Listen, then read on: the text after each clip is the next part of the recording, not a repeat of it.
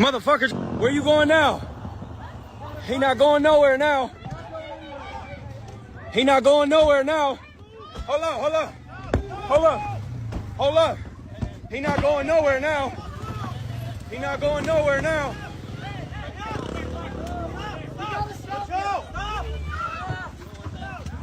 No worry, he got it, stop him. Hey, watch out!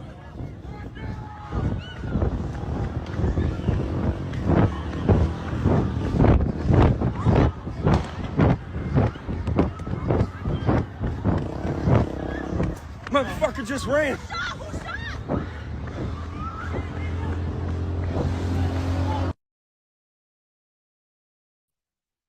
Good evening, good evening, good evening. Thank you for joining me here on Conversations with Taz for the Monday Mix-Up.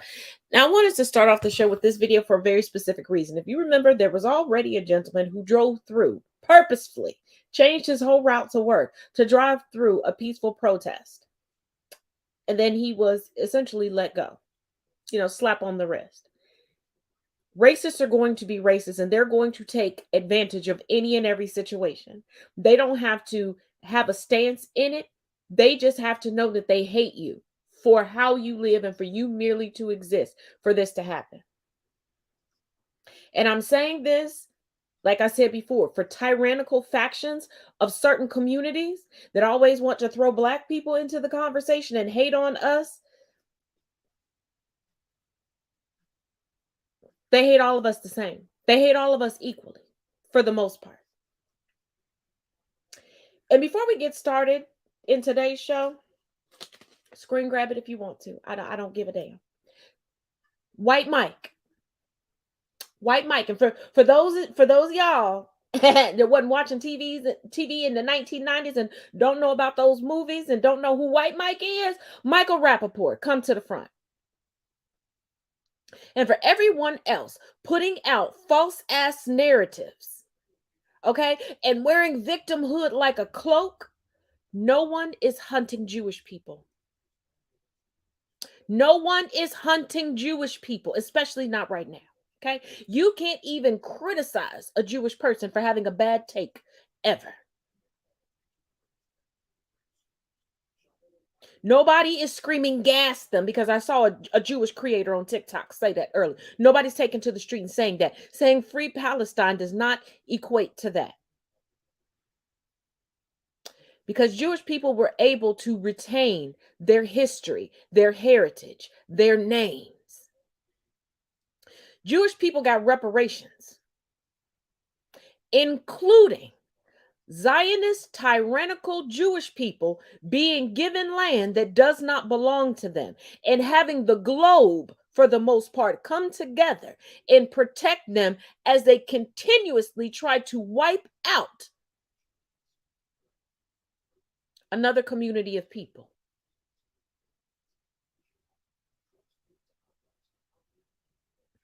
So please miss the rest of us with this, we're so scared to go outside. No. And I love my brothers and sisters and my cousins in the Jewish community. That's why I said I'm talking to the tyrannical faction right now. We get accused of the things that the tyrannical faction within the Jewish community actually does. Amy Schumer and Michael Rappaport are the continuous poster children of this right now.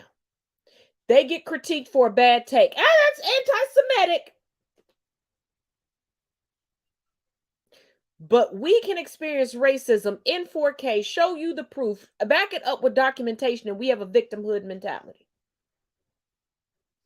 We can show you that we can't sleep in our own homes, go to the store, change a tire, do anything, and we're told to stop playing the victim.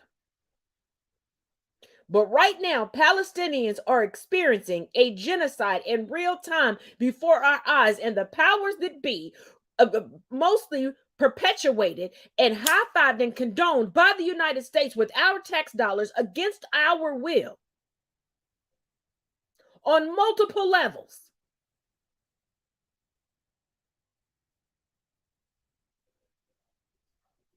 But you have tyrannical members. Once again, tyrannical members of the Jewish community proclaiming themselves victims, as they're in comment sections of people making fun of the deaths of Palestinian children, the heartbreak of Palestinian parents, the wiping out from the census, from history, entire families. Now, the last time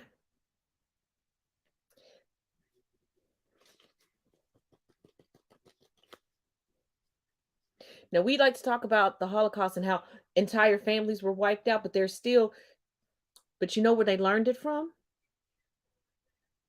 The antebellum period of the United States.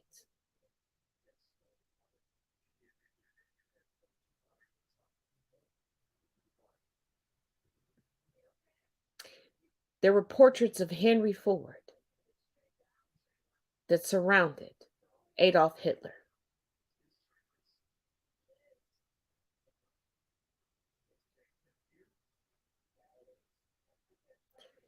He admitted he learned it from the antebellum period.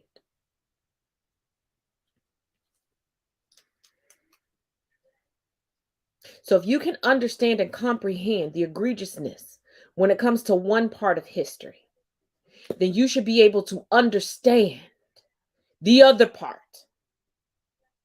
And this is not playing the oppression Olympics. This is saying your racism, your bigotry, your xenophobe, your Zionist ways are showing. And like I said previously, there are descendants of Holocaust survivors on both sides.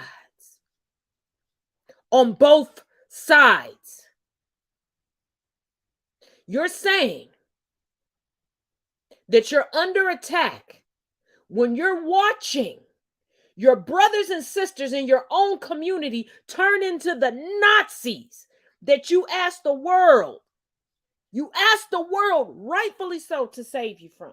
Ain't no way. Ain't no fucking way. Because the Black community stands up against those that want to drive us back into that place, and those within the community that want to become the bullies times 10.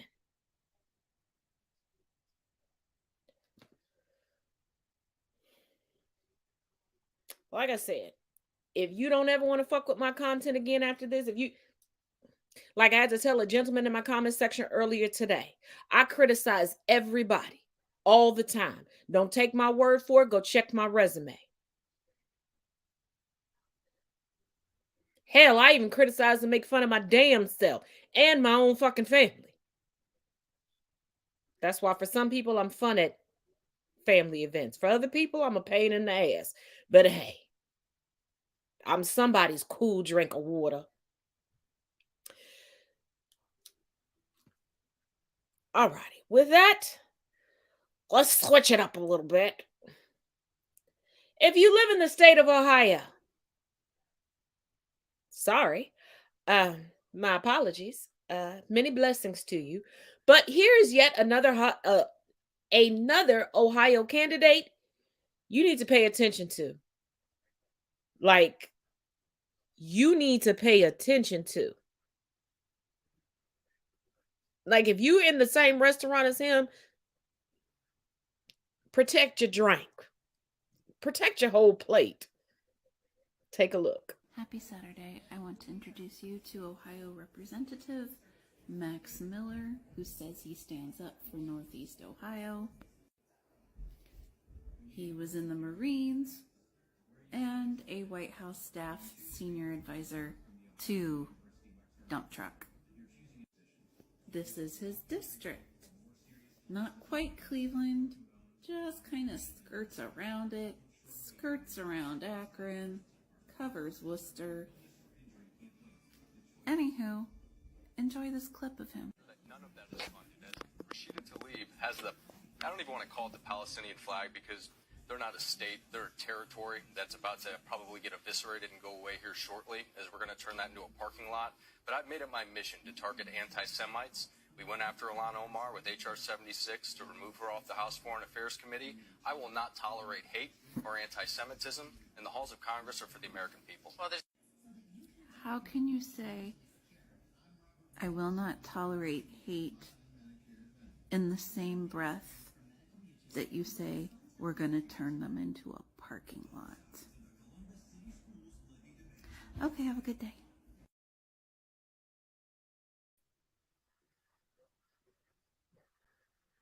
And see, turn them into a parking lot is a part of the same rhetoric that allows people to think that it's cool to go get a comfy, cozy, give you goose, nice, as Jennifer Lopez would say every time she's excited, give them goosies to take a tour of a plantation and not talk about the horrific history behind it. Have a wedding or a party or anything else on a plantation. Because did we forget that there are Palestinian Americans? Did we forget that the biggest marketing campaign is of the United States, denoting itself as a melting pot?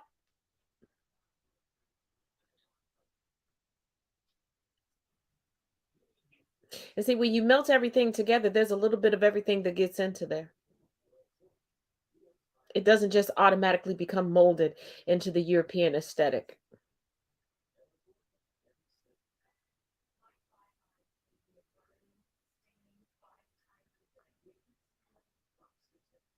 Ain't I a stinker?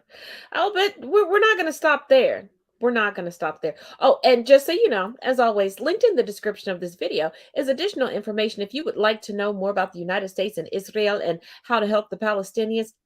Linked right on down in there. But you know, Katie Porter, who we were all at. Let me channel Tyra big forehead ass Banks real quick. We were rooting for you. We were all rooting for you. Yeah. You know how we were like, yeah, Katie Porter. Yeah. Fuck her. And this is why. This is why I say I criticize everybody. Katie Porter is not a progressive. She supports Israel. She went and visited Netanyahu herself, and she said that she was impressed by him. Extremely impressed. She went with the group J Street, which is a Zionist group, and she went to talk to him, and she said that she was, quote, extremely impressed with his willingness to grapple with us on some of the toughest issues Israel is facing. Katie Porter is not an ally to Palestinian people or the Palestinian liberation movement. Remember this, Californians, when you vote for the next senator that's going to represent you, because Katie Porter ain't it.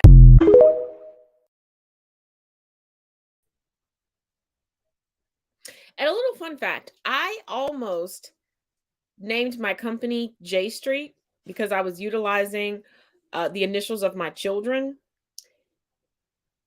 And a former neighbor of mine, who was a recent Palestinian immigrant at the time, this was years ago, and during the early journey of me doing research, because I was like, everything I've been taught doesn't make sense. And every time I go to research, this stuff still doesn't make sense.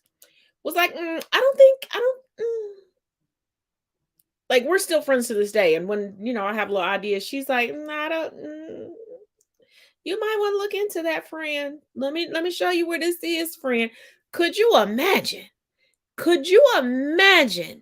if I would not have met this woman and named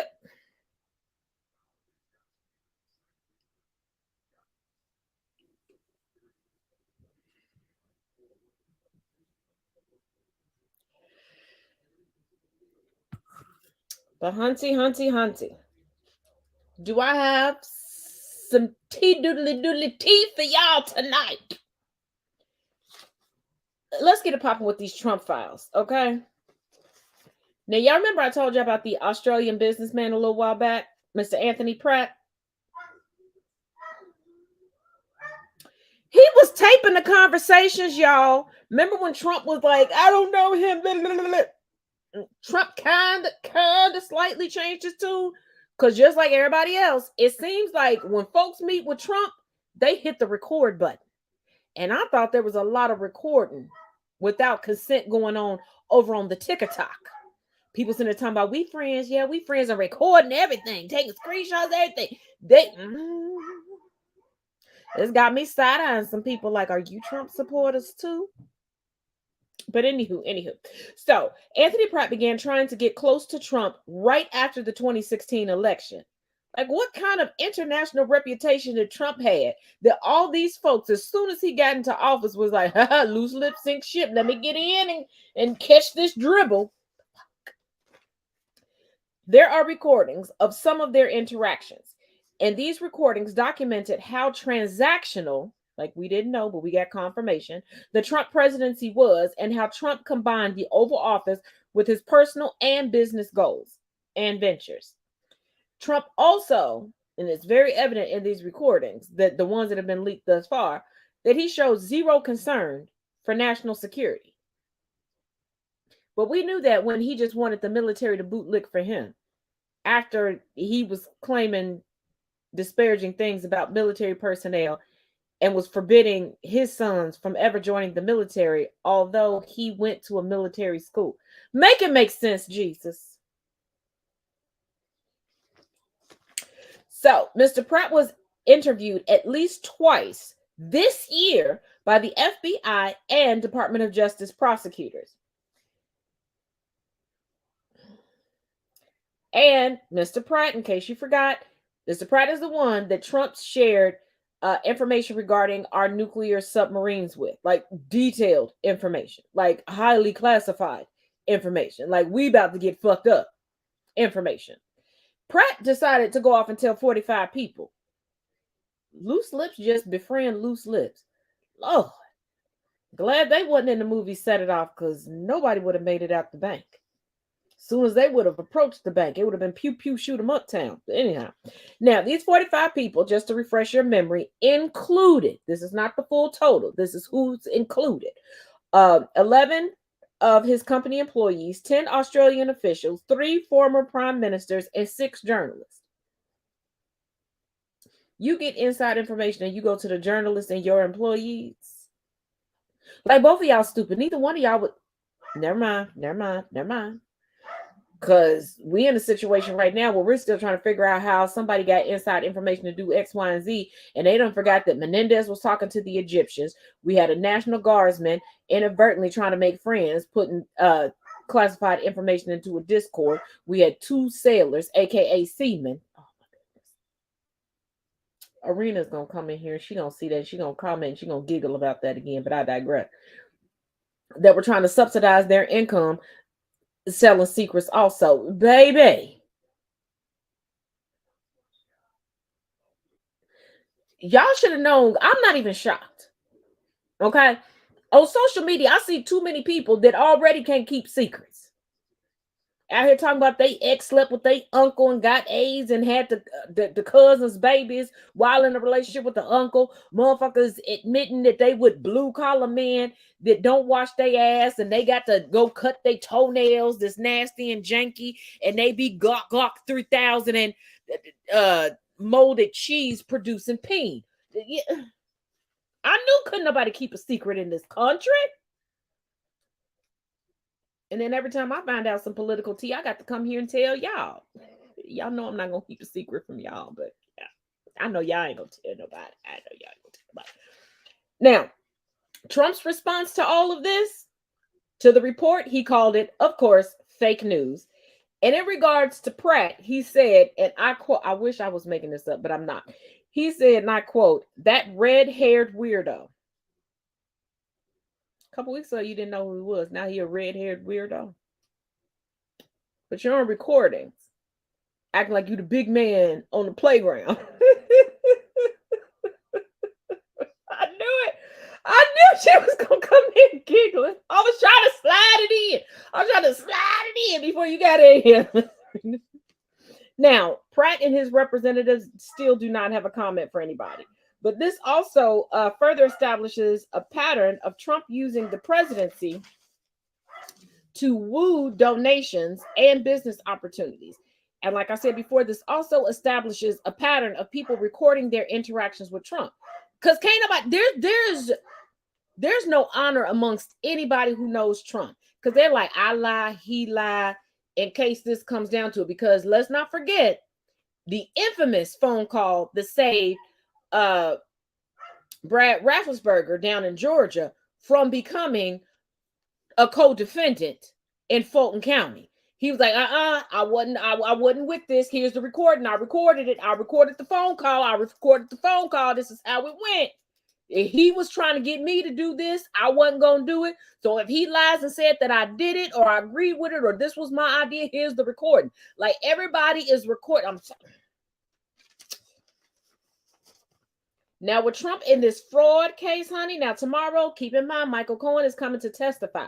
Michael Cohen has no fear when it comes to Trump. Because remember when Michael Cohen would, before Congress, his congressional testimony is what got Miss Attorney General Letitia James to be like, he did what? In what state? At what time? And woohoo. So, yeah. But Trump is expected to be in court tomorrow. We'll see if he actually shows up and if they're going to have a stare down. I don't know. Now, regarding the January 6th probe, just as the narrow gag order has been temporarily lifted, we went over this the other day, Trump has decided to attack Jack Smith by name on Truth Social and started questioning the credibility of a potential witness.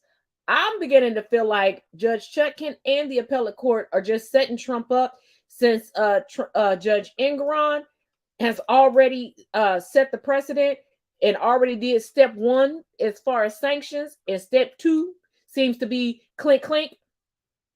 I feel like they setting him up like, bitch, keep talking. Get comfortable. Keep talking. Keep talking. You're going to be campaigning from the back sale. Allegedly.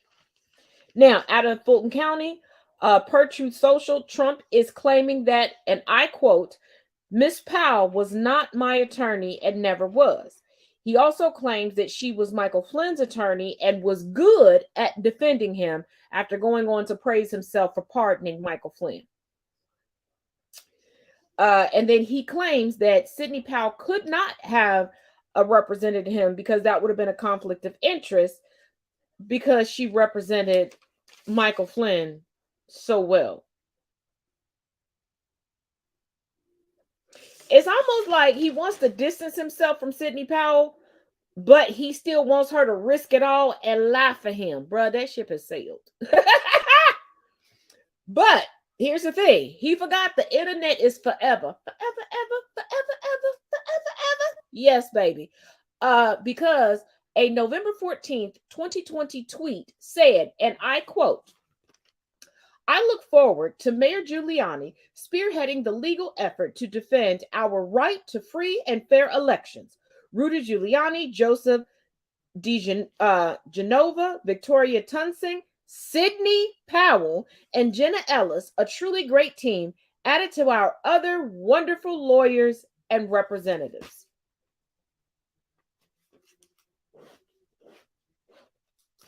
Who gonna tell him? Who gonna tell him? Who gonna tell him?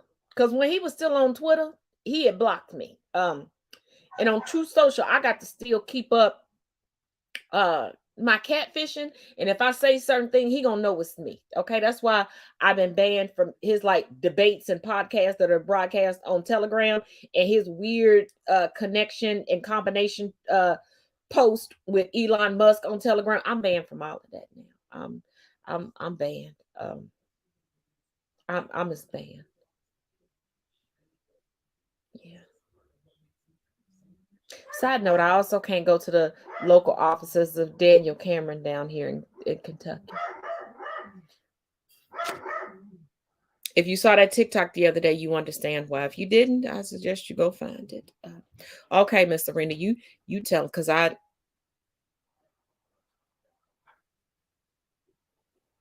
was telling people about my observations over the weekend. So I'm in a lot of timeouts in a lot of places, and I regret nothing.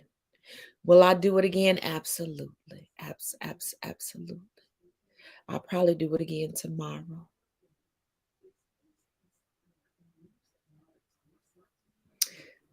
Thinking about the local political schedule. I'm going to be doing it again tomorrow.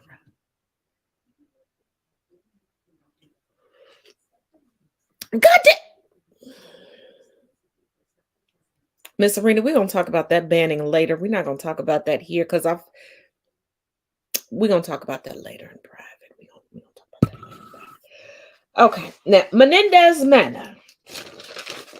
So today, Senator Menendez pled guilty to the latest charges that allege that he was an unregistered agent for the Egyptian government.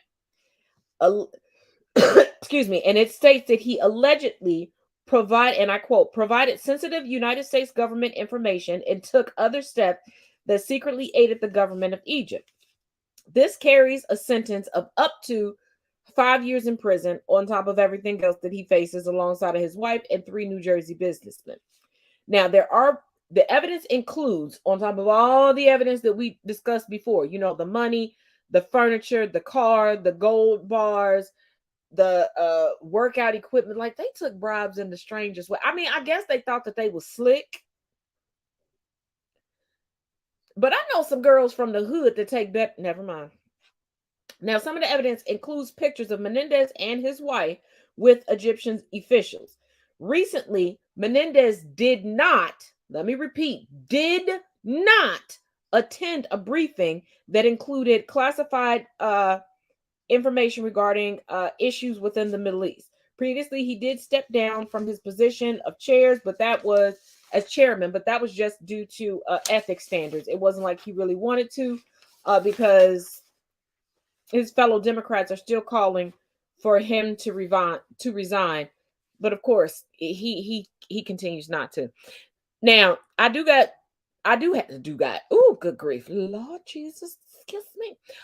Now, I got a lot to bring y'all up to speed with regarding the race to Speaker Mountain. We're gonna get to that. We're gonna get to that. Okay. I promise y'all we're gonna get to that. But I got some other tea. I got some other tea that I want to bring to y'all first. Okay. I got some other tea. This tea is very tasty. All right. This very tasty. Now, remember, we found out that there was a man behind the whole CRT is the devil, and why all these crazy racist white folks don't know what CRT is, but they hate it. And then we found out just a couple weeks ago that he was down in Florida trying to do dirty work for Ron DeSantis, while Ron DeSantis is still trying to become president, while he's figuring out if Trump is going to go to jail or not. All right. Okay. But how and why the little white man was able to do this? Oh, we got the tea. It's good. It's good. It's a little chamomile, it's a little lavender, but it's brimming with sofritos. Okay, so it's a little spicy. Okay, all right. I have warned you. Y'all ready? 3, 2. I remember the guy that created the CRT outrage out of thin air, Christopher Rufo. He worked for the Heritage Foundation, worked for the Manhattan Institute, and now he's down in Florida doing Ron DeSantis' bidding. And he's always been fairly transparent about how he would use things like CRT and gender theory in order to create outrage within the general public. But I just recently came across a clip where he was speaking to a group at Hillsdale College in April of 2022, and he talks a little bit more about the reasons why he's doing this. The second is to attack the credibility of institutions. This is something that I think conservatives have been rightly hesitant to do for many years. Well, we like our institutions. I think conservatives are really realizing now we like what our institutions were. We like what we imagined them to be. And now that we are seeing what they are, we don't like them as much. And so, luckily, the institutions are really doing this to themselves. You see trust in all of our institutions cratering. I think it's foolhardy to say, well, we really want to just raise that number. I think you want to create the conditions for fundamental structural change, to appropriate some language. For example, school choice. To get universal school choice, you really need to operate from a premise of universal public school distrust. Because in order for people to take significant action, they have to feel like they have something at stake. You want to operate from the premise of universal public school distrust. Interesting. There's no reason why we can't have, for example, universal school choice. So that a family that says, you know what, this isn't for me, this violates our family's values at a deep level, shouldn't be able to take that average of $15,000 a year and move it wherever they want. It could be another public school. It Could be a charter school. Could be a private school. This is controversial, I don't know why, but could also be to a religious school. Because what's happening is that you have 90% of public school of American school children attending public schools. You have 90% of American university students attending public universities. You have a monopoly that unless it's broken up, unless parents are given more power, more freedom, more options, more choice, they're going to be forced to run their kids through a gauntlet that they can't control. Everything that he talks about from a public school perspective, it all eventually leads to dollars following the student, voucher programs, private schools being funded via taxpayer dollars. It all ultimately ends with a complete deconstruction of what we understand public education to be. And always notice the business type language that he uses when he's talking about this. He talks about monopolies that need to be broken up, as if the public school system, it's just unrealized profit. It's just unrealized opportunities for people to make money. And notice the students and the kids that he leaves out of this conversation too. The only people who would be able to take their $15,000 and move it wherever they want are the ones that had the means to actually do so. The parents of the students who have additional types of learning needs, they don't have the luxury of just taking their $15,000 and going elsewhere. I'm even hearing stories about here in Colorado that does have essentially universal school choice. There are students that are being rejected from choicing into certain schools because they have an IEP. And if he were to ultimately succeed in his goal to deconstructing public education, and that's probably going to leave a pretty big teacher gap as teachers leave the profession and as the teacher pool starts to get distributed across this landscape of public and charter and private schools. So outside of just sitting a kid down in front of a laptop and slapping a pair of headphones on them, which I think is really what they ultimately want, and what would they do? Where would they find these teachers from? American public school students are doing better than the public school students in Guinea-Bissau, for sure. But you still have about a quarter of them never achieve basic literacy, despite education spending doubling or more in the last generation or 2 generations. And so the simple answer is say, from the state level, pass legislation, there's no financial benefit and there's no requirement for teachers to get advanced educational credentials, degrees, masters, etc. And you can have someone who's, say, a history major at Hillsdale College that is excited, wants to learn how to teach, can get a job teaching history at a public school. There's no reason that you couldn't have a system as simple as that. And what that does is it cuts out this cartel, essentially. You have to pass through the Graduate School of Education cartel. If you want your piece of paper in order to teach, you have to go through their thing. So they have a captured customer, a captured line of business. Get rid of it. Say no more statewide. If you want to go, you can go. Spend your own money. It's not required. And guess what? I think nobody would go. Truly, I really feel like maybe some, lunatics would go, and that's fine. But then you'd look at them and say, the ones with don't hire the ones with the masters, because those are the crazies. So in Christopher Rufo's dense mind, all you have to do is go to, I'm guessing, a private university in order to major in a certain topic and be enthusiastic and excited about teaching, and you just go to a public school and teach. No other requirements at all. That doesn't sound like a complete disaster. But whenever you're thinking, wait a minute, Rob, that does sound like a complete disaster, think about what he's already told you. He wants you to stop trusting public institutions. So wouldn't it make sense that he would just want to continue to make them worse? And there's all kinds of contradictions and hypocritical statements within this whole hour that he was talking to this group at Hillsdale College. But I want you to remember, and I always want you to remember, whenever you hear anything about CRT, when you hear anything about gender theory, when you hear anything about transgender athletes, whenever you hear about any of these culture war manufactured outrages, I want you to always remember that these are not genuine arguments. There is nothing genuine about the arguments that Christopher Rufo and people like him are making. It's all completely made up for that goal that he just spelled out for you, which is to erode trust in public institutions. And if you're thinking to yourself, oh, Rob, it's just one guy, it's just some lunatics, it's just the fringe on the right that are saying this, what do we have to worry about? I want you to keep in mind that Christopher Rufo is the person who took the United States from knowing nothing about CRT to everyone knowing about CRT over about the course of 6 months.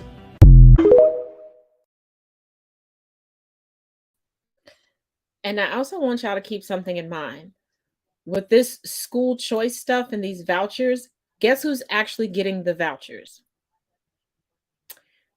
It's not those that cannot afford to send their kids to private school. No, it's the wealthy that'll find out that a certain public school is going to be, holding a PTO meeting and giving out vouchers. They will enroll their children in that school for whatever the period of time is.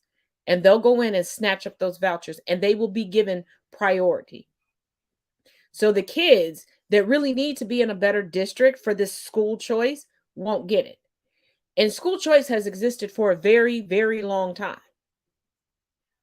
Because I was able to move my children to a charter school. I've talked about this before. Their particular charter school, and it looked out. I did not know this when my children were enrolled. I found out subsequently from being a very active parent, was sponsored by a handful of the then still living Tuskegee Airmen.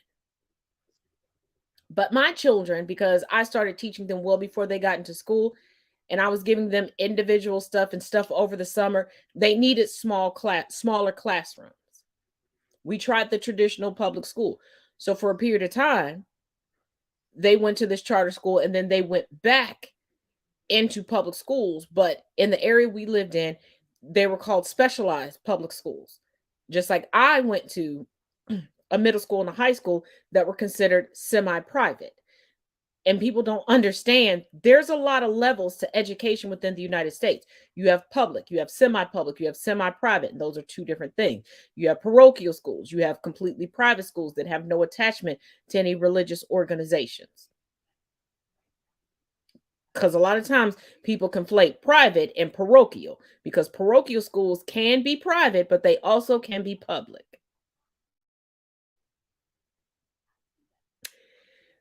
And then charter schools. Are all charter schools great? No, you have to do your due diligence just like any other school, even if you're just going to send your child to a public school.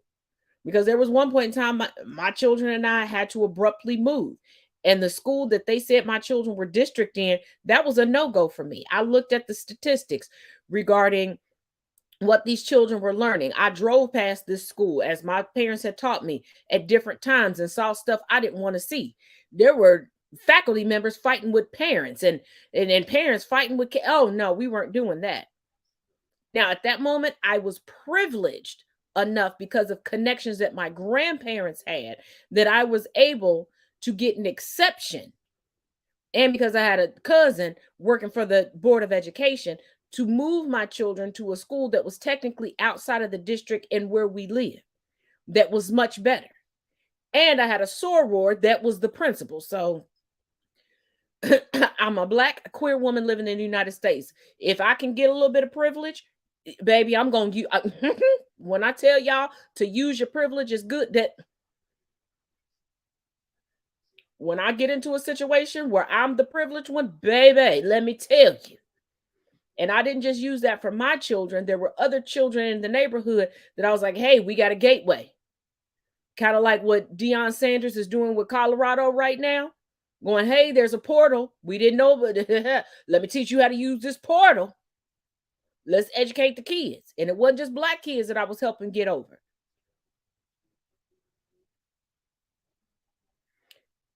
But they're telling you, oh, don't trust this, don't trust this. And then they're cutting you off at your kneecaps. Just like when they're convincing you to shame people on assistance, they're doing it so that you don't utilize the assistance, so that they can keep cutting away at that budget so that they can get the assistance. Wealthy people are the welfare queens of this nation. Why do you think at all these awards ceremonies, there's swag bags? And now a lot of them aren't taking the swag bags because they're now being taxed for the net worth of the swag bag. You know about that?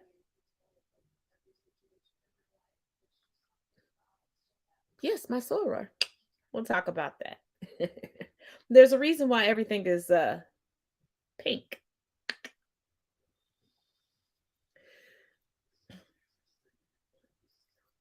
Like I said, we gonna get to the speakership in a minute. We gonna get to the speakership in a minute. Cause I got some good news. Some good news. I think it's gonna get y'all a chuckle. You know how we all collectively can't stand Fox Entertainment News. Now, even though the internet has denoted them as just entertainment, it looks like the court of law and the powers that be might soon be just looking at them as entertainment as well. Take a look. Fox News! Breaking. Fox News gets devastating news as the FCC, Federal Communications Commission, announces that it's launching the preliminary process of stripping Fox News of its broadcasting license in Philadelphia over its pushing of Trump's big lie. But it gets worse for Fox. It all started last July when media reform activists petitioned the FCC to revoke Fox News' local broadcast license in Philadelphia over its rampant election fraud propaganda, which is a clear violation of the character clause embedded in the Communications Act that the FCC uses to determine if a network should earn and maintain its broadcasting license. Today, the FCC announced that it is moving forward with its investigation by opening an evidentiary hearing in which citizens... Today, the FCC announced it is moving forward with its investigation by opening up an evidentiary hearing in which citizens and advocacy groups, gosh, why is that so hard, can comment publicly and provide evidence of Fox News' election lies. Fox News and its army of lawyers adamantly opposed the hearing, but the FCC took the rare step of deciding to move forward with it, sending Fox News' lawyers spiraling in a frenzy. To make matters worse, for Fox News, experts say that if Philadelphia activists are able to get Fox News pulled from the air, it could be replicable in other cities and markets all across America. This could be the beginning of the end of Fox News as we know it. And I am so here for it.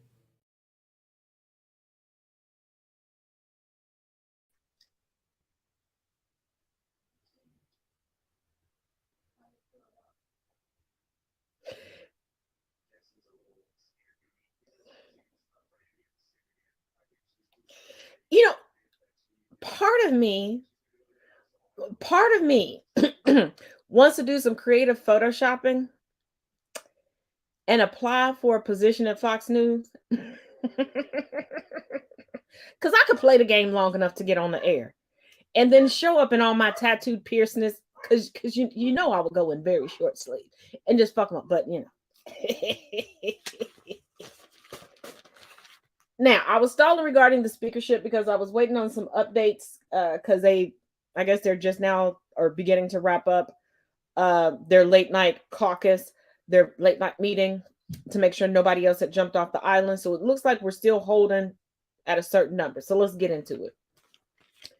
Now, I'm starting from the top of the day, as always, and going to the end of the day, okay? So as I give you this information, don't freak out. Go, no, it's this. Starting at the top of the day and bring you up to date. Top of the day, okay? So, at the top of the day, we started with 9 candidates who were ready to plead their case to be speaker. This is the most candidates that we've had in this 20 days without the speaker. And they did this in a closed-door evening GOP meeting. The leading candidate is still Tom Emmer, who is the majority whip and is one of 2 of the candidates that voted to uphold the 2020 election results. Trump allies have been working overtime, honey, to tell people that Trump does not want Emmer as speaker.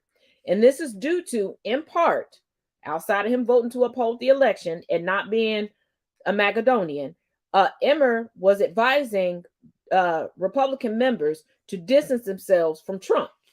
And last year, 2022, Emmer was the chairman of the GOP campaign arm of the party. Now, also, one of the candidates is Kevin Hern, who's the chairman of the Republican Study Committee. But he's not that interesting. Let's get into the motherfucker who loves to get on TV and lie to our faces like we dumb. Nope, I'm not talking about Trump. Nope, not talking about Jordan. Nope, not talking about Scalise. Ooh, this is a long list. Let's just cut to the chase. I'm talking about Byron Donalds. Yeah. You know I can't stand that motherfucker. So, Byron Donalds said that his intention was to become the first black speaker. But I thought race wasn't a big thing, Mr. Donalds.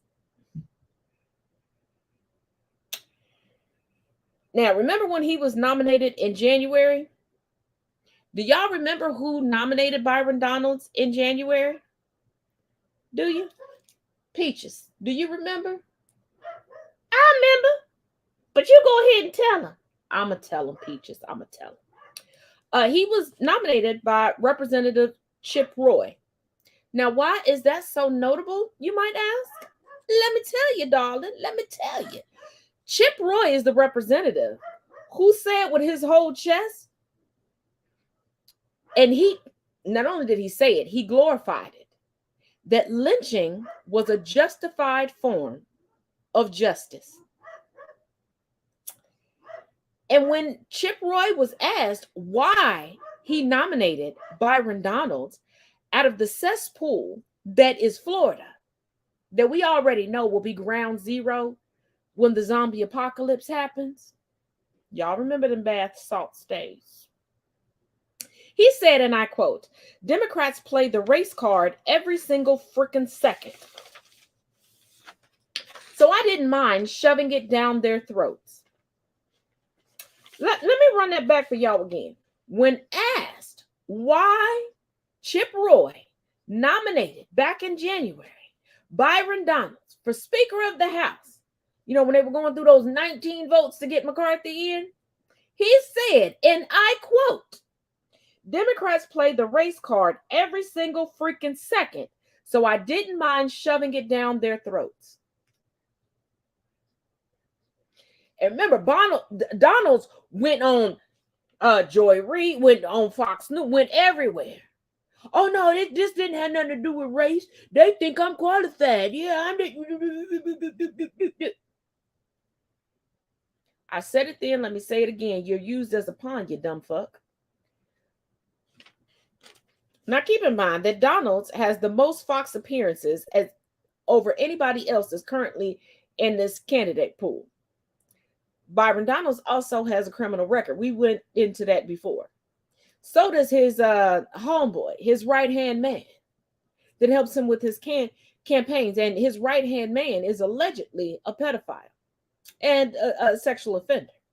Worked in a school and had sexual contact with a 13-year-old and exposed himself to multiple, I'm talking about Byron Donalds' homeboy, to multiple female janitors. And had to have a restraining order taken out against him by an ex-girlfriend who he threw up on a kitchen counter. And Byron Donalds had drug possession, drug trafficking, and was trying to defraud a bank. Sounds right on par with the GOP, but I digress. And Byron Donalds is the singular Freedom Caucus member in this candidate pool. And I would say he's the only polka dot, well, reverse polka dot in the Freedom Caucus. But keep in mind, Byron Donalds is only in his second term as a congressman. He's in his third year of being in Congress, and he thinks that he can navigate the intricacies of the speakership. And word on the street is that Donalds is not only campaigning to be Donald Trump's vice president, that ain't happening. He don't like Negroes. But it's also rumored that he might be eyeing a bid at the Florida gubernatorialship. Yeah, he wants to be governor. He wants to be the swamp man governor. Baby, getting you a white wife and some biracial kids ain't going to be enough after DeSantis, and especially in the GOP. And keep in mind, it was Byron Donalds, we talked about it, that recently attempted to submit falsified evidence into the official record of the bogus Biden impeachment inquiry.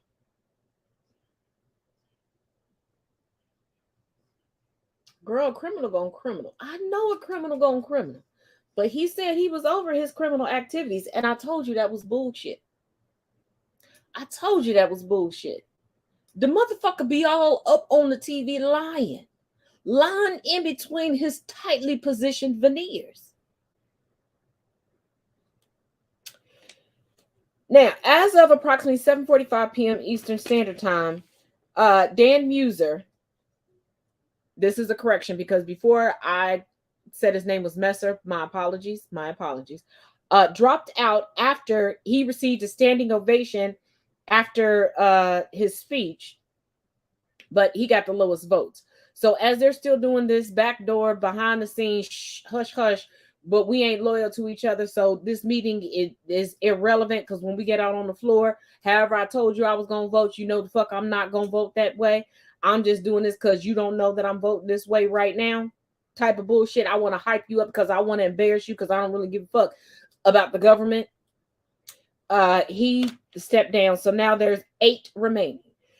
There's 8 still standing. Baby, 8 is enough. 8 is too much. This ain't the Brady Bunch. Somebody got to go. Who we gonna marry off this island? Actually, just kick them off the island. Okay. So evidently they have agreed that anyone, as they go through these rounds of votes, that has the lowest amount of votes needs to drop out. And Mr. Muser, not only did he drop out, he left the meeting. So that's one less vote. They got one less vote. But a lot of pundits are saying that somebody that the GOP would be able to agree upon and would save them in these primaries and these upcoming elections that are happening would be somebody who's not nationally known. And there are a couple of people on this crazy 8 pool of fools in this clown call of the GOP that could fit the bill. But we know that the GOP does not care about the government because they're telling everybody to be anti-government while convincing them to keep them in government and keep them in power.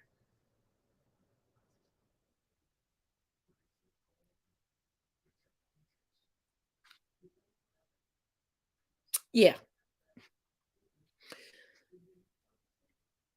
So tomorrow they're going to weed things down even more before it goes to a floor vote. Now the floor vote may be later in the day tomorrow or Wednesday because they're not taking this shit seriously. But this next meeting is supposed to happen at 9 a.m. I will keep y'all as updated as I can on the ticker talk. Just keep in mind, I am one person. Okay, I'm one person. Your girl still got a whole family, a whole full-time job, research to do, and series. Oh, and for those of y'all that follow the Learning Through Black Literature series, I know we took 2 weeks off. Oh, Siri, don't start the bullshit right now. I didn't get that. Could you try again? Didn't nobody ask you to show up? Anywho, I know we took 2 weeks off, one to celebrate Indigenous Peoples Day, and then everything happened with the genocide of Palestinians. But I kept it as short, sweet, and as cute as I could today. Less than 30 minutes, but it's also in the description here. Yeah.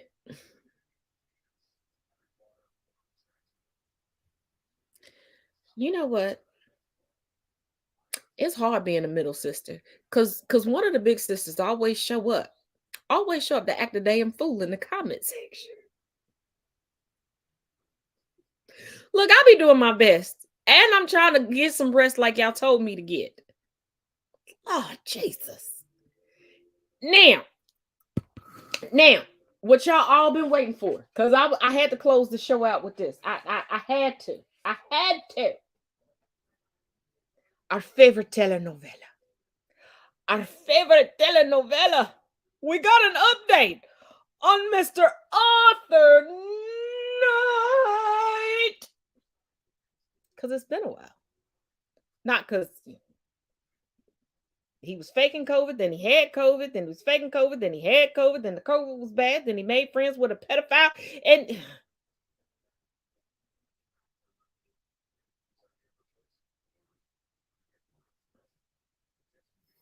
so here we go. And also, in my link tree is the GoFundMe for Miss Arena.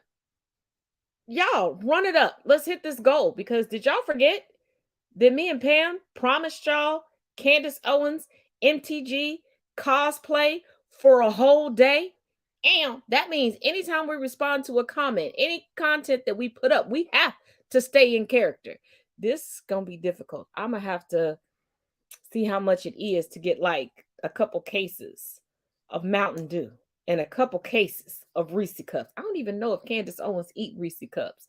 Would that be in character, or do I got to consume that before I get on? I know she's pregnant right now, but I got some fresh pillows. I can make a bump. Put a little bit of bump in it. Put a little bit of bump in it. Okay. I ain't got no good damn sense.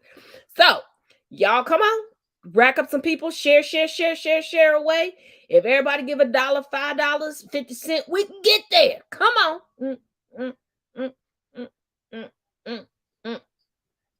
And yeah, y'all know y'all want to see Miss Arena's smile restored. Plus, y'all like when she come on here and be fucking with me. So there's that. Donate so she can fuck with me even more. There you go. Little sister problems. But here we go. Here is our update on Say It Together with Me. Dun dun dun. Our telenovela.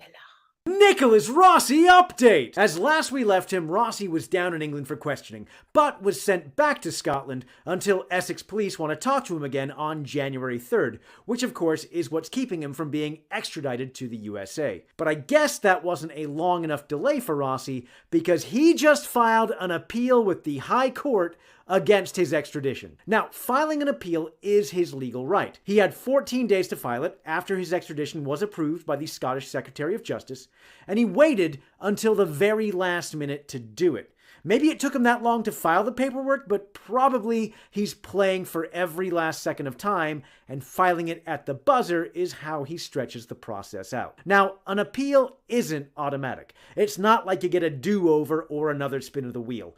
The court will examine why Rossi is asking not to be extradited, and if and how Sheriff McFadden got the original ruling wrong. As a refresher, here's why Rossi and his attorney Mungo Bovey originally argued that he should not be extradited. He's not Nicholas Rossi, he's Arthur Knight.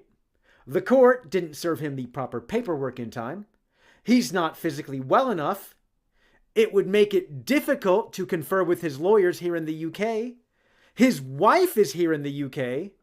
Jail in the USA is inhumane. He has personality disorders that the US prison medical system won't be able to treat. And he has personality disorders that will see his ass beat by the other inmates. And reminder that all of the experts during the extradition trial said those excuses weren't disqualifiers or were just outright lies. The court now has 28 days to respond, and if they say, sorry, appeal denied, then Rossi can still bring it to the Supreme Court. But unless this case can show how the British Constitution is being let down and that the law needs to be clarified and reinterpreted for everyone living in the UK, the Supreme Court will not take it up. So more than likely nothing is going to come of this, but you never know. Everything about this case is crazy, so stay tuned.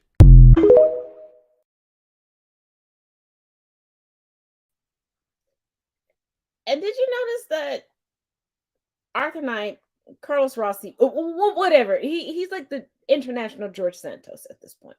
He's finally stopped denying that he is who he is. Now he's like, oh no, you can't send me back to the United States because I won't get proper care. We don't give a fuck. We don't give a fuck. He's like, oh, you can't do this because it got no, it doesn't. No, it doesn't. And you got to the country fraudulently. So the rules of the citizens of that country don't even apply to you, my boy. Come on home. Come on home. Come on, sweet Caroline. Ba, ba, ba. I'm just, and if you know, first of all, you can't have a defense of, if you send me to an American prison, they gonna whoop my ass. That you've been whooping ass in international prison, bruh. We ain't forgot. You're pretending to need a wheelchair while you getting up and bopping the guards. We didn't forget. And first of all, you gaining too much weight in prison. Okay, you eating too good over there. Look, I believe in 3 hots and a cot, but when you eating better than kids and Scoop Baby, how you keep packing on the pounds? And whoever is sending him money so he can bribe people and get people on his side, and people to give you need to be tarred and feathered and then plucked after the tar dries with a dirty, rusty metal spatula. Mm-mm. Mm-mm. Mm-mm. But as always, thank y'all for joining me over here. I am okay. I'm gonna get into these updates. If there's anything breaking, I will bring it to you over on the Ticker Talk. To keep up with things regarding Palestine, if you like, there are compilations. That playlist is linked here. If you want to know more about Palestine and how to help, that is also linked here with a post that will be updated as needed. It's already been updated today from it originally being put up. And so much more. Other than that, each one teach one, each one reach one. I will see you all tomorrow. And as always, be good heathens. Shake them up.